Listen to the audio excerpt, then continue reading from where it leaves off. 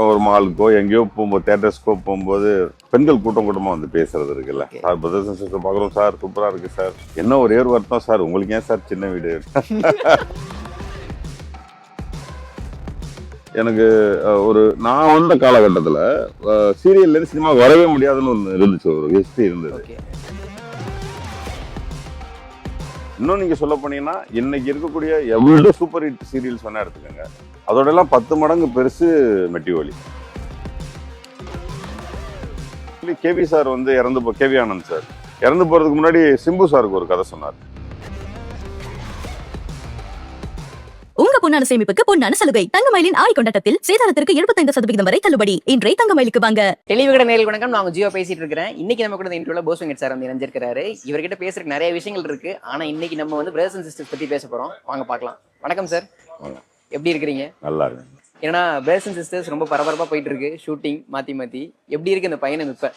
ஏன்னா ஓடிடி அப்படின்றது உங்களுக்கு இப்ப கொஞ்சம் புதுசு அப்படின்றது எப்படி போயிட்டு இருக்கு இந்த பயணம்? ரொம்ப நல்லா இருக்கு. நம்ம என்னதான் சினிமாக்கள் நடிச்சாலும் இந்த பெண்களுக்கான எதுவாக இருந்தாலும் அது நமக்கு பயங்கரமா இருக்கும். ரோட்ல போகும்போது சார்னு வந்து பேசுறது, அது எனக்கு அப்ப மெட்டி ஒலியில இருந்தது. அதுக்கப்புறம் நம்ம சினிமாவில் நிறைய நடிச்சிருந்தாலும் நிறைய படங்கள் கொடுத்திருந்தாலும் இப்போ அந்த ஒரு மாலுக்கோ எங்கேயோ போகும்போது தியேட்டர்ஸ்க்கோ போகும்போது பெண்கள் கூட்டம் கூட்டமா வந்து பேசுறது இருக்குல்ல. சார் பிரதர்ஸ் அண்ட் சிஸ்டர் பார்க்குறோம் சார், சூப்பரா இருக்கு சார். என்ன ஒரே ஒரு வருத்தம் சார், உங்களுக்கு ஏன் சார் சின்ன வீடு? அப்படிம்பாங்க. அது ஏன் விருப்பம் இல்லை, டைரக்டர் விருப்பம். ஏன்னா டிவி அப்படின்ற ஒரு விஷயம் எப்படியுமே பர்சனலா எடுத்துப்பாங்க. பார்வையாளர்கள் எல்லாருமே அவங்க பர்சனல் வாழ்க்கையில கனெக்ட் பண்ணி நம்மள ஒருத்தரா பாக்குறது அப்படின்ற ஒரு விஷயம் நடக்கும்.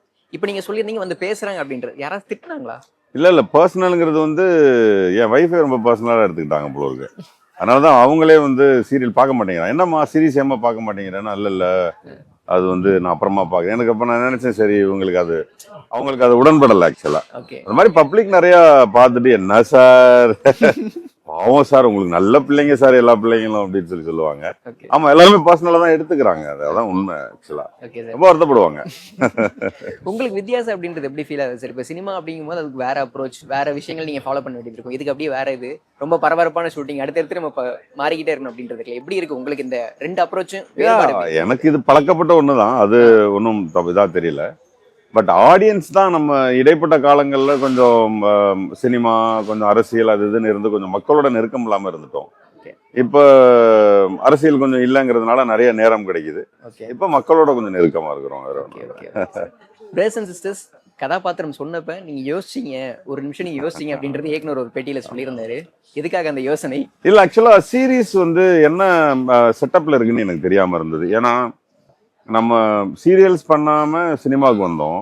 இப்போ சினிமா டு சீரியல் போக முடியாத சூழல். நம்ம அப்போ எனக்கு நான் வந்த காலகட்டத்தில் சீரியல்லேருந்து சினிமா வரவே முடியாதுன்னு ஒன்று இருந்துச்சு, ஒரு ஹிஸ்ட்ரி இருந்தது. அதை நான் பிரேக் பண்ணேன். இல்லை வரலாம், ஒரு சிவாஜி, ஒரு சிங்கம், தலைநகரம் நடிச்சா எல்லாத்தையும் பிரேக் பண்ணலாம், நான் பிரேக் பண்ணேன். அதுக்கப்புறம் நான் சினிமாவில் ஒரு முக்கியமான ஒரு நடிகரா இல்லைனா கேரக்டர் ஆர்டிஸ்டா நம்ம வந்துட்டு இருக்கும்போது திரும்ப நம்ம சீரியல்ஸ் போக முடியாது. பட் நம்ம சீரீஸ் எப்படி இருக்கு, அதை வந்து சீரியல் மாதிரி பாக்குறாங்களா, இது என்னவா மக்களால் பார்க்கப்படுது, இண்டஸ்ட்ரி அதை எப்படி பாக்குதுன்னு எனக்கு அது ஒரு டைமிங் தேவைப்பட்டுச்சு. பட் இண்டஸ்ட்ரியில சீரீஸ் வந்து இட்ஸ் லைக் சினிமா, அவங்க அந்த சினிமாவை தான் எடுத்துக்கிறாங்க. சபிஸ்டிகேஷன் எல்லாமே வந்து சினிமாவோட இருக்குது, சீரியல் அப்படி இல்லை. ஸோ அப்போ இது பண்ணுனா நமக்கு சினிமா வாழ்க்கை பாதிக்கும், அது இல்லை, இது இன்னும் குரோ தான் ஆகுங்கிறது தெரிஞ்சதுக்கு அப்புறம் தான் நான் ஒத்துக்கிட்டேன். ஓகே சார், நீங்க ஒரு விஷயம் சொல்லியிருந்தீங்கல்ல, நீங்க வர சமயத்துல சீரியல்ஸ் இப்படி இருந்துச்சு, சீரியல் வந்து சினிமாவுக்கு வர முடியாதுன்ற ஒரு சூழல் இருந்துச்சு அப்படின்னு சொன்னீங்கல்ல, இப்போ அந்த சூழல் மாறி இருக்கா? வெரி ஷோர் மாறி இருக்கு. பட் இப்பவும் சீரியல்ஸ்ல ஹீரோவா நடிச்சுட்டு வர்றது ரொம்ப கஷ்டப்படணும். இப்போ கவின் மாதிரி ஒரு பையன் வர முடிஞ்சது, ரியோ மாதிரி ஒரு காம்பேர் வர முடிஞ்சது, சிவகார்த்தியன் அதுக்கு முன்னாடி வந்திருக்கிறாரு. இந்த சுதந்திரம் நாங்க நடிக்கும் போது இல்லை. இன்னும் நீங்க சொல்ல போனீங்கன்னா இன்னைக்கு இருக்கக்கூடிய எவ்வளவு சூப்பர் ஹிட் சீரியல்ஸ் வேணா எடுத்துக்கோங்க, எவ்வளவு சூப்பர் ஹிட் ஷோஸ் வேணா எடுத்துக்கோங்க, அதோட எல்லாம் 10 மடங்கு பெருசு மெட்டி ஒலி. ஏன் அன்னைக்கு எங்களால சினிமாவில் வர முடியலன்னா அன்னைக்கு அப்படி ஒரு ரெஸ்ட்ரிக்ஷன் இருந்தது. ஸோ அதனால எங்களுக்கு ரொம்ப கஷ்டமா இருந்தது. அதை பிரேக் பண்றதுக்கே நான் போதும்னு போராடி தான் இந்த இடத்துக்கு வந்தேன். அதுக்கு வந்து ரஜினி சார் மாதிரி ஒரு சூப்பர் ஸ்டார் கூட நடிச்சதுனால உடையுது. ஒரு சூர்யா சார் மாதிரி ஒரு சூப்பர் ஸ்டார் அப்படிதான் உடைஞ்சது, இல்லைன்னா அது உடையாது. இப்போ கொஞ்சம் அது ஈஸியா இருக்கு ஆக்சுவலா. ஆனா பொதுவாக இப்போ உங்களுக்கு சீரியல் பத்தி என்ன அபிப்பிராயம் இருக்கு sir? Serial or serious?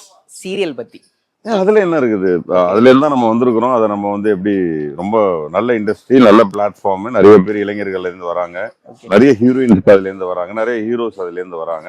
But நாங்க கொஞ்சம் முன்னாடியே இருந்து போராடி வந்திருக்கோம். அவங்களுக்கு நாங்க போட்டு கொடுத்த பாதை ஈஸியா இருக்கு. ஓகே. ஸோ இப்போ சீரியல் சினிமா சீரிஸ் பெரிய டிஃபரன்ஸ் இல்லை. பட் எங்களை மாதிரி வந்தவங்களுக்கு வேணா அந்த அந்த அந்த அந்த இது இருக்கும், டிஸ்டர்ப், நம்ம போகலாமா திரும்பன்னு இருக்கும். பட் அவங்களுக்கு அப்படி இல்லை, அவங்க மேலே தானே ஏறி வர போறாங்க, நாங்கள் கீழே இறங்கி போகணும். அந்த டிஃபரன்ஸ் இருக்கு.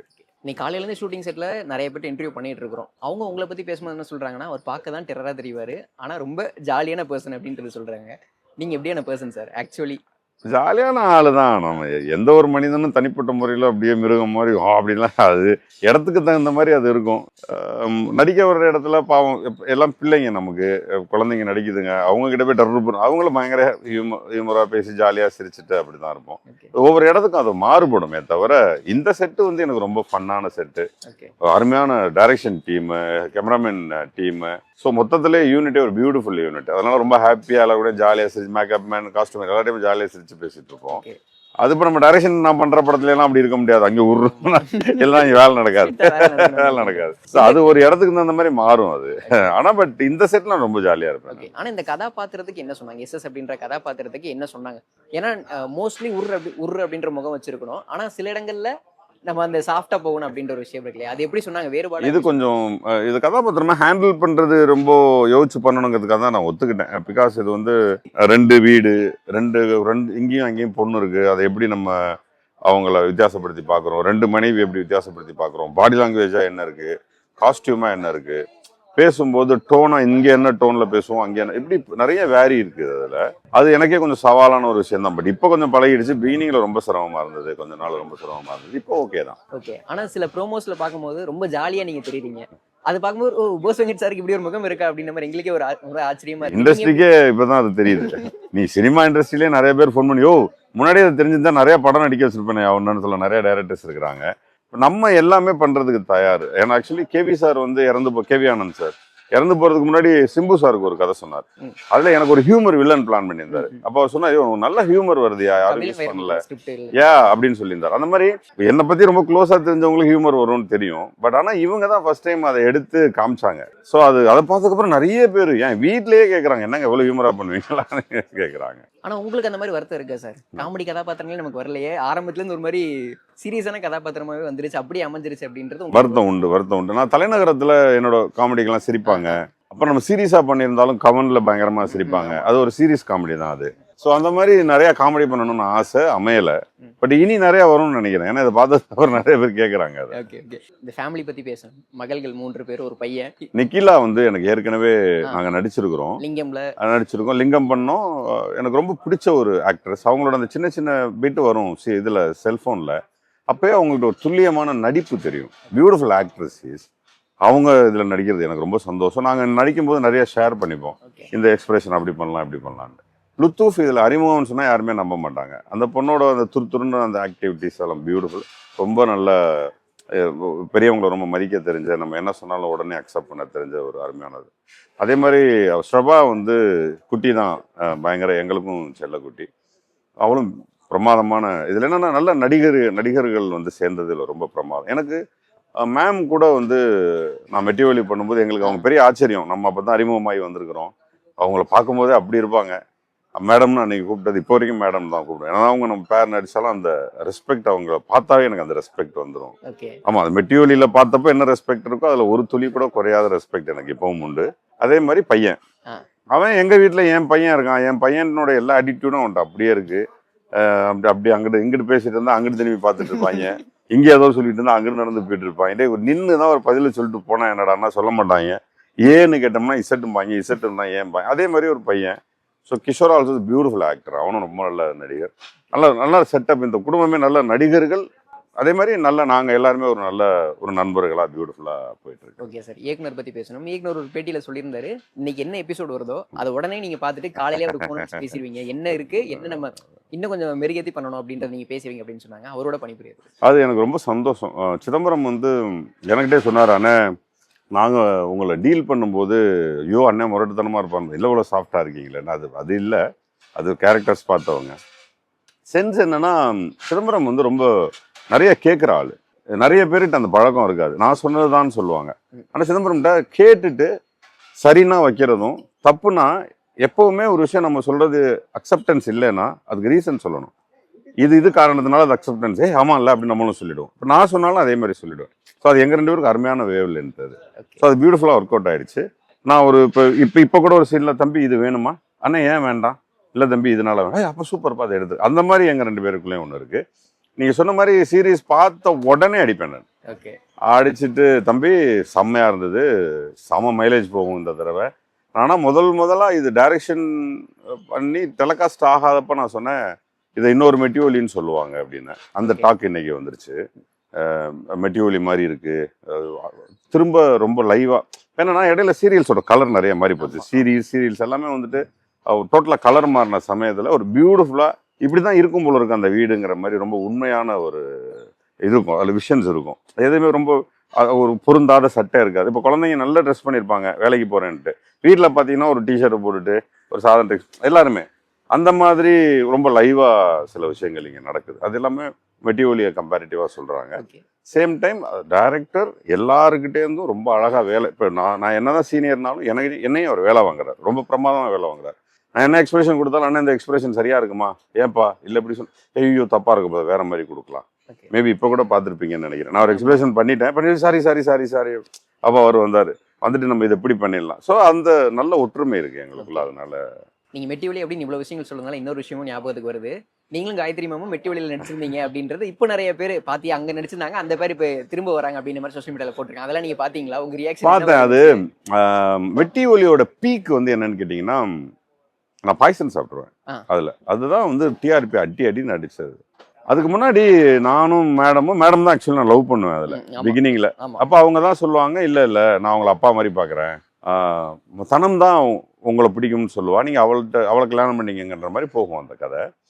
இப்போ என்ன எழுதுறாங்கன்னா, சரோ அன்னைக்கு மிஸ் பண்ணார் போஸ், நீ கரம் பிடித்து விட்டார் அப்படின்லாம் எழுதுறாங்க. அது பார்க்கறதுக்கு நல்லா தான், பட் என்னன்னா கனெக்ட் பண்ணிக்கிறாங்க, பப்ளிக் அதை ரொம்ப அழகாக கனெக்ட் பண்ணிக்கிறாங்க. அதான் உண்மை.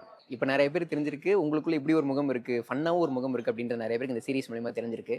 பிரதர்ஸ் அண்ட் சிஸ்டர்ஸ் மாத்துனது அப்படின்னு ஏதாச்சும் இருக்கா சார் உங்க கரியர்ல? இப்படி ஒரு கதாபாத்திரங்கள் வர ஆரம்பிச்சிருக்கு அப்படிங்கிற எனக்குள்ளே ஒரு பெரிய தெளிவை ஏற்படுத்தி இருக்கு. நம்ம அடுத்து என்ன பண்ண போறோங்கிற ஒரு கன்ஃபியூஷன் எப்பவுமே இருக்கும்.